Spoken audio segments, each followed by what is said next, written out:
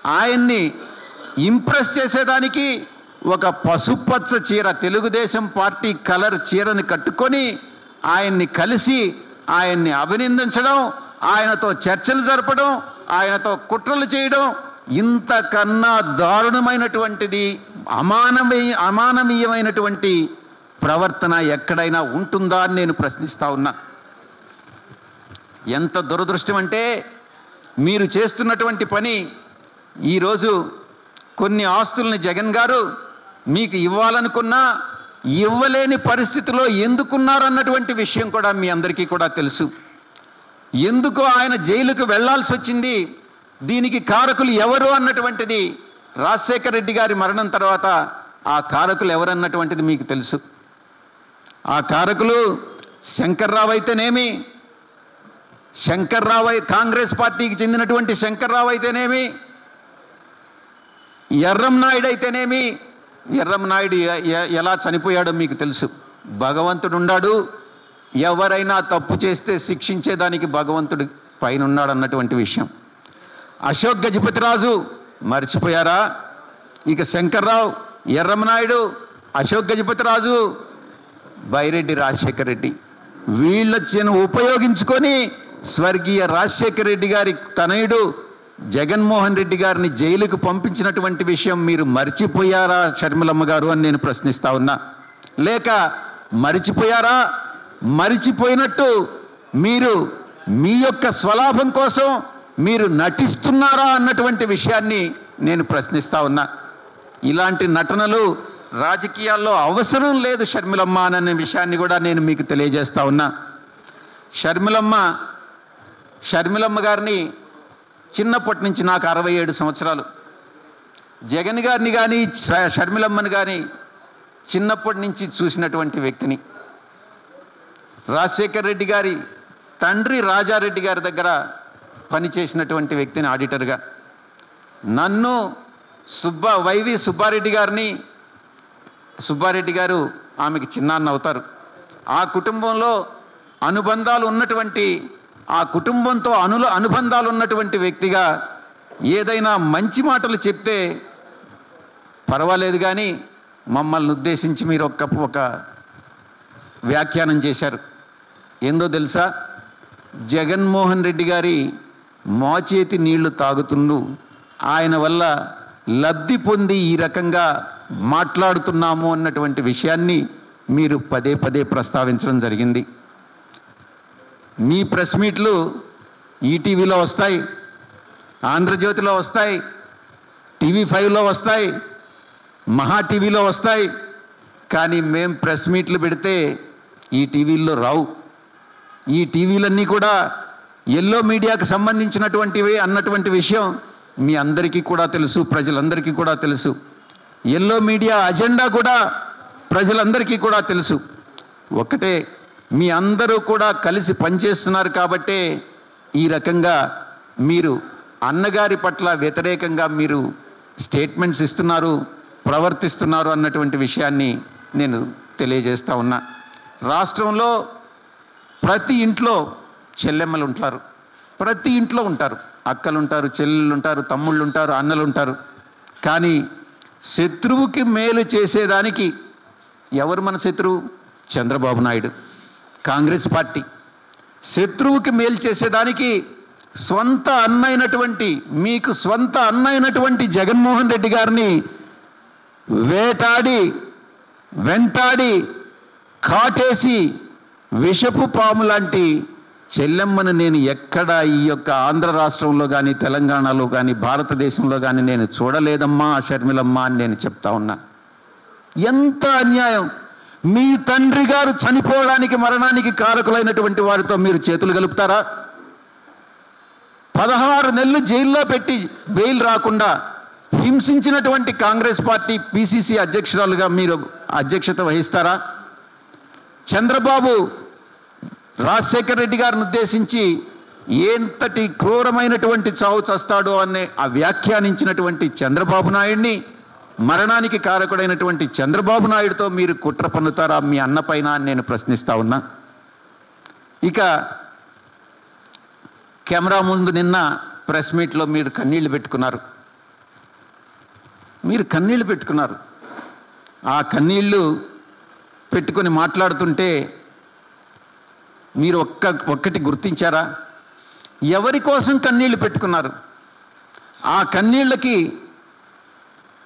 TV కెమెరాల్లో మీ కన్నీళ్ళను చూపించారే కానీ ఆ కన్నీళ్ళకి ఎంత విలువ ఉంటుంది అన్నటువంటి విషయం మీరు గ్రహించారా?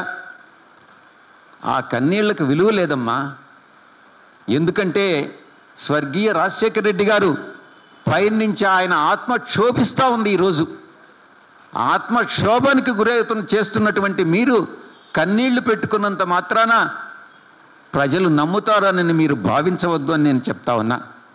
చంద్రబాబు సూపర్ 6 అంటూ వచ్చి అమలు చేయకుండా ఒక్కటంటే ఒక్క సూపర్ 6లో అమలు చేయకుండా తను వైఫల్యం చెందాడు కాబట్టే అక్క చెల్లెళ్ళని తల్లుల్ని తన వైపు లాక్కునేదానికి, ప్రజలను మభ్యపెట్టేదానికి మిమ్మల్ని వాడుకుంటున్నారు జగన్ గారికి వ్యతిరేకంగా అన్నటువంటి విషయాన్ని, ఒక పావుగా మీరు తయారయ్యారు అన్నటువంటి విషయాన్ని మీరు తెలుసుకోవాలని మీ అందరికీ మీకు నేను మనసారా విజ్ఞప్తి చేస్తా ఉన్నా.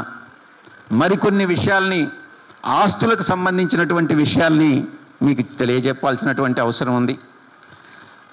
మీరు మీ యొక్క అన్న జగన్మోహన్ రెడ్డి గారికి వ్యక్తిగతంగా ఒక లేఖ రాశారు.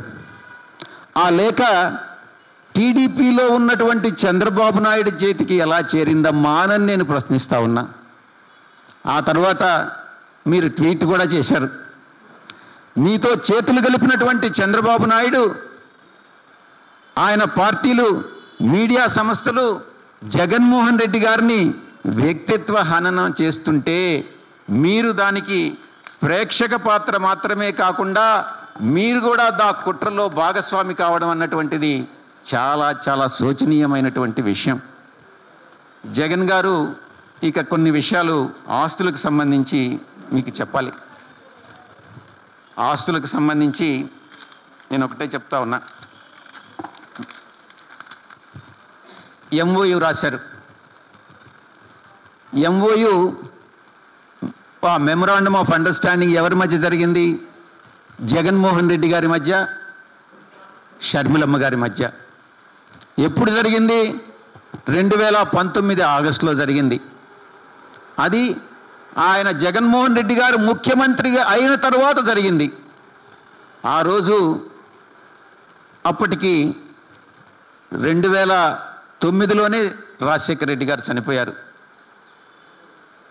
చనిపోయిన తర్వాత 2009లో చనిపోతే 10 సంవత్సరాల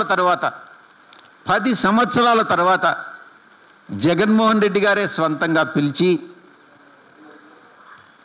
తనకై తాను తన ఆస్తిలో తను స్వార్జితం, తను స్వంతంగా ఆర్జించినటువంటి తన ఆస్తిలో, అంటే అంతకుముందే పంపకాలు పార్టీషన్ జరిగినప్పటికీ కూడా తను స్వార్జితమైనటువంటి ఆస్తిలో 40% మీకు ఇస్తానని ఆయన ఎంఓయు చేసినటువంటి విషయం అందరికీ కూడా తెలుసు. ఈరోజు అటువంటి అన్న అది న్యాచురల్ లవ్ అండ్ అఫెక్షన్తో నా చెల్లికి నేను ఇవ్వాలి అన్నటువంటి ఒక మంచి ఉద్దేశంతో ఆయన ఆ ఎంఓయు చేయడం జరిగింది.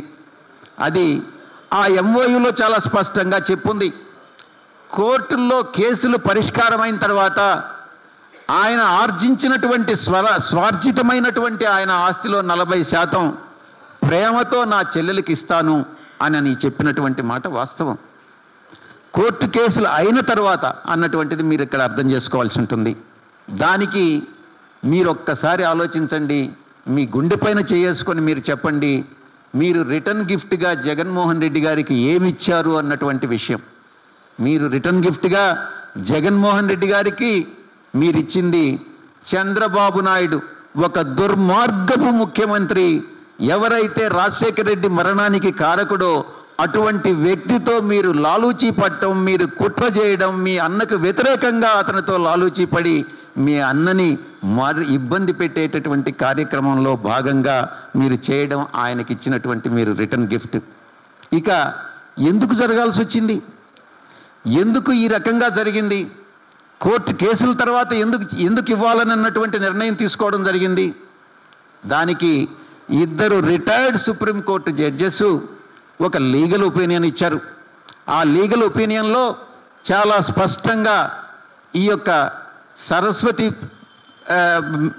దీనికి సంబంధించినటువంటి ఆస్తుల విషయంలో ఇవి ట్రాన్స్ఫర్ కానీ జరిగితే అది కోర్టు వయలేషన్ అవుతుంది, ఈడీ ఇచ్చినటువంటి ఆర్డర్కి వ్యతిరేకంగా చేసినట్టు అవుతుంది, ఈ యొక్క ఆస్తుల పంపకాలన్నీ కూడా కోర్టు కేసులు పూర్తయిన తర్వాతనే మనం చేయాల్సి వస్తుంది అన్నటువంటి అభిప్రాయాన్ని లీగల్ ఒపీనియన్ వ్యక్తం చేసినటువంటి నేపథ్యంలో అటువంటి ఎంఓయూలో ఆ క్లాజ్ పొందుపరచడం జరిగింది.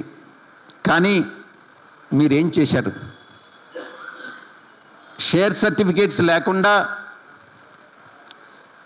మీ అన్న శ్రీ జగన్మోహన్ రెడ్డి గారి సంతకాలు లేకుండా షేర్ సర్టిఫికేట్స్ మిస్ అయ్యాయి అన్నటువంటి ఒక పథకం ప్రకారం ఒక నెపంతో ఎవ్వరికీ తెలియకుండా ఆ షేర్స్ అన్నిటినీ కూడా గిఫ్ట్ డీడ్స్ కూడా లేకుండా ఆ యొక్క ట్రాన్స్ఫర్ డీడ్స్ అనేటటువంటివి షేర్ ట్రాన్స్ఫర్ డీడ్స్ లేకుండా సంతకాలతో దొంగ సంతకాలతో మీరు ట్రాన్స్ఫర్ చేసుకున్నారు.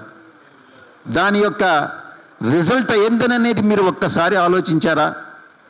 లీగల్ ఒపీనియన్లో చాలా స్పష్టంగా చెప్పారు. ఇదే కానీ జరిగితే జగన్మోహన్ రెడ్డి గారు బెయిల్ క్యాన్సిల్ అయ్యేటటువంటి అవకాశం ఉంది, ఇది చేయొద్దు అన్నటువంటి విషయాన్ని చాలా స్పష్టంగా లీగల్ ఒపీనియన్లో చెప్పారు. అంటే